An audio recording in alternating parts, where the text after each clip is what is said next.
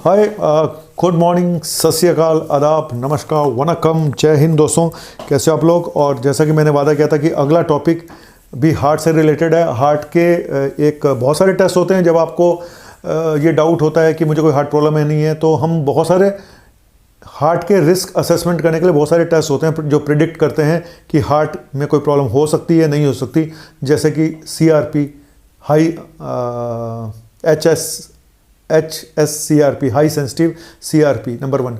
Number 2 TMT, stress test, treadmill test, stress echo, और तीसरा lipid profile.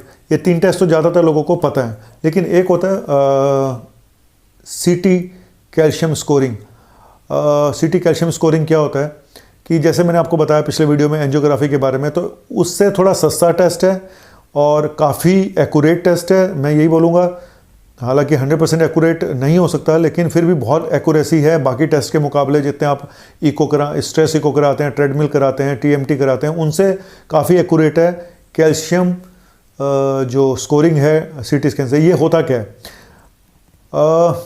Calcium जमा हो जाता है हमारी खून की नाड़ियों में। हमारी ब्लड की जो हार्ट को जो ब्लड वेसल सप्लाई करती हैं कोरोनरी आर्टरीज में, कैल्शियम जमा हो जाता है। जब आपकी इसमें एक एथेरोस्क्लेरोसिस नाम की जो प्रक्रिया शुरू होती है, जिसमें कि फैट जमना शुरू हो जाता है और उसमें कैल्शियम जमा होना शुरू हो जाता है। तो कैल्शियम स्कोरिंग करते हैं हम CT स्कैन के द्वारा, और इसमें कैल्शियम स्कोर से पता लगाते हैं जितना ज़्यादा कैल्शियम स्कोर होता है, जितना ज़्यादा कैल्शियम जमा हो जाता है, उतने ही ज़्यादा चांसेस होते हैं इस आदमी को, इस इंसान को, अगर उसकी कैल्शियम स्कोरिंग बहुत ज़्यादा है, तो इसको आने वाले 5 साल में हार्ट अटैक होने का उतना ही ज़्यादा खतरा है। तो ये मैं बताऊंगा आपका पूरा स्कोरिंग सिस्टम क्या है, कितना होना चाहिए, कितना नहीं होना चाहिए, लेकिन करते कैसे हैं। सिंपल सा है। एक CT स्कैन के इसमें डाई नहीं दी जाती, कोई कंट्रास्ट नहीं दिया जाता, जैसे कि मुझे एंजियोग्राफी में दिया गया था। यहाँ पे कोई भी ऐसा नहीं है। किसको करानी चाहिए, किसको नहीं करानी चाहिए, ये भी मैं आपको बता दूं। 40 से 70 साल के बीच में अगर आपकी उम्र है और आपको कोई भी रिस्क फैक्टर है, जैसे आपको शुगर है, जैसे आपको BP है, और अगर आपको कोई प्रॉब्लम नहीं भी है, आपको डाउट है, तो या आप एथलीट हो, आप स्पोर्ट्स पर्सन हो और उम्र 40 से 70 के बीच में है, हालांकि 70 साल में एथलीट होते नहीं लेकिन फिर भी अगर कोई भी हाई रिस्क फैक्टर आपको है, मोटापा है, सीडेंट्री लाइफस्टाइल है, कुछ करते नहीं हैं, स्मोकर हैं, तो उसमें 40 से 70 साल के बीच में आप ये टेस्ट करा सकते हैं। दूसरा, अगर आपकी फैमिली हिस्ट्री है, बहुत ज़्यादा कोलेस्ट्रॉल हाई है, साथ में फैमिली हिस्ट्री है, तो आप 40 साल से पहले भी करा सकते हैं। तो किसको नहीं कराना है, जिन लोगों को ऑलरेडी हार्ट प्रॉब्लम डायग्नोस हो चुका है, जो ऑलरेडी ट्रीटमेंट ले रहे हैं, उनको कराने का कोई फ़ायदा नहीं होगा, क्योंकि ये हम प्रिडिक्ट करते हैं। ये स्क्रीनिंग टेस्ट है। हम सिर्फ ये पता लगाने की कोशिश करते हैं क्या इस इंसान को आने वाले समय में 5 सालों में कोई हार्ट अटैक हो सकता है या नहीं हो सकता। अगर जिसको पहले ऑलरेडी हार्ट प्रॉब्लम हो चुकी है, तो उसको कराने का कोई फ़ायदा नहीं होगा। और क्योंकि ये टेस्ट वहाँ पे जहाँ पे और कुछ जगहों पे जहाँ पे अगर ये टेस्ट नॉर्मल भी आ जाता है, तो ये मत मान लें कि 100% गारंटी है कि इसको हार्ट अटैक नहीं होगा, क्योंकि सॉफ्ट प्लग को ये कैच नहीं कर पाता। ये कैल्सीफाइड प्लग को तो पता लगा लेगा, लेकिन जो सॉफ्ट प्लग क्या होता है, प्लग होते हैं कि आपका जो कुछ वहाँ पे जमना शुरू हो जाता है, कुछ ऐसे फैट जमना शुरू हो जाता है हमारी खून की नाड़ियों में, जिसमें कोलेस्ट्रॉल हो सकता है, फैट हो सकता है, या और जो ब्लड क्या बोलते हैं उसको, क्लोटिंग मटेरियल होता है, फाइब्रिन, वो जमा हो सकता है, कैल्शियम जमा हो सकता है, तो इसको प्लग बोलते हैं। तो ये प्लग का कई बार टूट के अगर कहीं और चला जाए तो पूरी ब्लॉकेज कर सकते हैं, जिसको बोलते हैं कि क्लॉटिंग हो गई और पूरा हार्ट अटैक हो सकता है।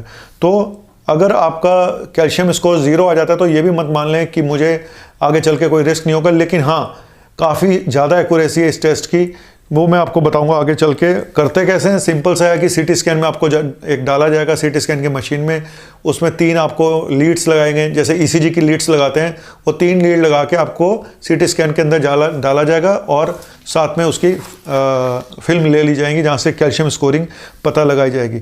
फिर बोल रहा हूँ, CT स्कैन कैल्शियम स्कोरिंग एक प्रिडिक्शन का लिए टेस्ट है, ठीक है। जैसे कि आप CRP कराते हैं, लिपिड कराते हैं, TMT कराते हैं, इसी तरह से कैल्शियम स्कोरिंग भी एक टेस्ट है। एंजियोग्राफी जो लोग अफोर्ड नहीं कर सकते, किसी कारणवश उनकी एंजियोग्राफी नहीं हो सकती, तो उनके लिए कैल्शियम स्कोरिंग CT स्कैन बहुत अच्छा टेस्ट है। नॉर्मल कैल्शियम स्कोरिंग अगर 0 है तो इसका मतलब काफ़ी हद तक चांस हैं कि आपको कोई डिजीज़ नहीं है और ना ही आने वाले 5 साल में आपको किसी हार्ट अटैक होने का खतरा है। ये सब प्रेडिक्शन 5 सालों के लिए हैं, क्योंकि आज सपोज आपका कैल्शियम स्कोर बहुत कम है, अगर आप अपना ख्याल नहीं रखेंगे तो इस बात की गारंटी नहीं है कि 5 साल के बाद आपका कैल्शियम स्कोर बढ़ेगा नहीं। ये सब आपकी लाइफस्टाइल के ऊपर है और या आपके अंदर जो चेंजेस हो रहे हैं उनके ऊपर है। अब कितना कैल्शियम स्कोर होना चाहिए? अगर आपका कैल्शियम स्कोर 1 से 10 के बीच में है, जैसा कि मेरा 6 आया, तो उसमें बहुत ही मिनिमल डिजीज़ होने के चांसेस हैं, बहुत ही नगण्य के, आप कह लो कि ऑलमोस्ट नन है, लेकिन बहुत ही मिनिमम, बहुत ही माइन्यूट डिजीज़ होने के चांसेस हैं अगर 1 से 10 के बीच में स्कोर आता है। जैसे मेरा आया 6, मैंने आपको रिपोर्ट दिखा भी देता हूँ। 11 से 100 के बीच में अगर आपका स्कोर आता है तो इसका मतलब माइल्ड चांसेस हैं, हल्के चांसेस हैं आपको आगे आने वाले टाइम पे हार्ट अटैक होने के 5 साल में। अगर 101 और 400 के बीच में आता है तो मॉडरेट चांसेस हैं, और 400 से ज़्यादा अगर आता है तो इसका मतलब बहुत ज़्यादा चांसेस हैं आपको हार्ट अटैक होने के आने वाले 5 साल में।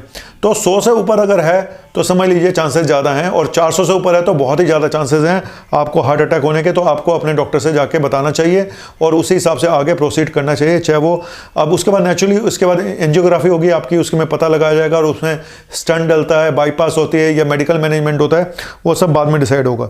तो ये सीटी स्कैन कैल्शियम स्कोरिंग का एक टेस्ट है जो सस्ता टेस्ट है। वैसे मार्केट रेट इसका 5-5.5 हज़ार रुपये का है, लेकिन मुझे ऐसा लगता है मिस्टर समीर से मैं बात करूंगा जो स्टार लैब में, तो शायद ये 3-3.5 हज़ार में ये टेस्ट हो जाएगा। और 1/3 लोग ऐसे होते हैं जिनको हार्ट अटैक से पहले कोई भी सिम्टम नहीं आते हैं। तो ये बड़ा दुर्भाग्य है कि आपको पहले पता ही नहीं चलता, अपनी बॉडी में कोई चेंजेस नहीं आते, ना आपको पता चलता है। 1/3 पेशेंट ऐसे होते हैं जहां सडन हार्ट प्रॉब्लम होती है बिना बताए। तो ऐसे लोगों में ये कैल्शियम स्कोरिंग टेस्ट काफ़ी हद तक आपकी मदद कर सकता है। और ऐसा ही कुछ हुआ था मिस्टर क्लिंटन के साथ, जो कि प्रेसिडेंट थे यूएस के।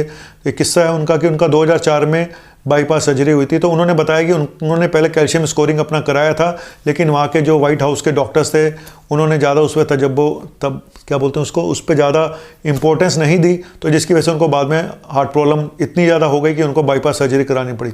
अगर यही उनको पहले पता होता तो शायद और ज़्यादा अलर्ट हो जाते। ये तो किस्सा इतने बड़े एक डॉक्टर राष्ट्रपति का था, प्रेसिडेंट क्लिंटन का। तो ये एक मैंने आपको छोटा सा एक वीडियो बताया कि सीटी स्कैन से एंजियोग्राफी ही नहीं होती, बल्कि आप कैल्शियम स्कोरिंग से भी पता लगा सकते हैं। फ़ायदा ये है कैल्शियम स्कोरिंग का, इसमें डाई नहीं देनी पड़ती, जहाँ पे कुछ और पेशेंट जहाँ पे डाई नहीं दी जा सकती वहाँ पे ये फ़ायदा है। दूसरा सस्ता टेस्ट है और काफ़ी एक्यूरेट है, ठीक है। तो अगर आप एंजियोग्राफी नहीं कराना चाहते तो आप सीटी स्कोर से अपने कैल्शियम स्कोरिंग करा के पता लगा सकते हैं कि आने वाले समय में आपको कितनी प्रॉब्लम हो सकती है। अगर आप स्कोर 100 से ऊपर है तो आपको, मुझे लगता है कि आपको जाके इन्वेजिव एंजियोग्राफी करानी चाहिए और पता लगाना चाहिए कि आपको ब्लॉकेज कितनी है और उसका आगे समाधान निकालना चाहिए, ठीक है। और अगर हल्का फुल्का आता है जैसे कि मेरा आया, तो मुझे अपना लाइफस्टाइल चेंज करना पड़ेगा, अपना लाइफस्टाइल और मॉडिफाई करना पड़ेगा, थोड़ा और अच्छे ढंग से वेट मुझे और कम करना पड़ेगा, अपने खान पीन को अच्छा रखना पड़ेगा, थोड़ा वॉक वगैरह मुझे ज़्यादा करना पड़ेगा। बुरी आदतें मेरे में कोई है नहीं सिवाय बकबक करने के, जो मैं आपके साथ करता हूँ, तो ये मैं चेंज कर नहीं सकता हूँ। तो कोई बात नहीं, तो इसी का नाम है। और डरना नहीं है, लोग डरते हैं अपने टेस्ट कराने से। मैं बार बार बोलता हूँ टेस्ट करा के पता करिए कि आपके बॉडी के अंदर चल क्या रहा है, तभी आप बच पाओगे। डर डर के इंसान सिर्फ मरता ही है, तो जो डर गया वो सो मर गया। जी हाँ, गब्बर सिंह का डायलॉग जो था, जो डर गया सो मर गया। एक रास्ता है जिंदगी जो थम गए वो कुछ नहीं, ये कदम किसी निशान पे जो जम गए वो कुछ नहीं। एक रास्ता है ज़िंदगी जो डर गए वो घर गए। तो डरना नहीं है दोस्तों, आगे बढ़ो और अपने टेस्ट करा के अपनी बॉडी का पता लगाइए, और अगर जो कमियां हैं उसको दूर करिएगा तो लाइफ अच्छे ढंग से आगे का। देखो लाइफ में हम बहुत कुछ करते हैं, अपनी प्लानिंग करते हैं, ये करते हैं, पर हेल्थ एक ऐसी समस्या है, जब इमरजेंसी हेल्थ की आ जाती है सब धरा का धरा रह जाता है। सिद्धार्थ शुक्ला की मौत ने यही सिखाया है कि भाई लाइफ में कभी भी कुछ भी हो सकता है। तो भाई ठीक है, मैं मानता हूँ कुछ भी हो सकता है, पर एफ़र्ट्स करने पड़ते हैं। जैसे हम बाकी कामों के लिए एफ़र्ट्स करते हैं सफलता पाने के लिए, इसलिए हेल्थ में भी सफलता पाने के लिए आपको एफ़र्ट्स करने पड़ेंगे। विधि का विधान जरूर है, जो आपका लिखा हुआ है ठीक है मान लेते हूँ, लेकिन कर्मा से कुछ भी हो सकता है। आपके कर्म जैसे होंगे, कर्म चाहे वो पर्सनल लाइफ में हो, प्रोफेशनल लाइफ में हो या हेल्थ के बारे में हो, कर्मा यहाँ पे भी आपको पे करेगा। आपके कर्म आपके हेल्थ के ऊपर बिल्कुल सीधा सीधा असर डालते हैं। एफ़र्ट्स आपको करने पड़ेंगे अगर आप चाहते हैं कि आपकी लाइफ आगे भी अच्छी रहे। Thank you very much. ये थे बाबा डॉक्टर नवनीत कालरा। बाय।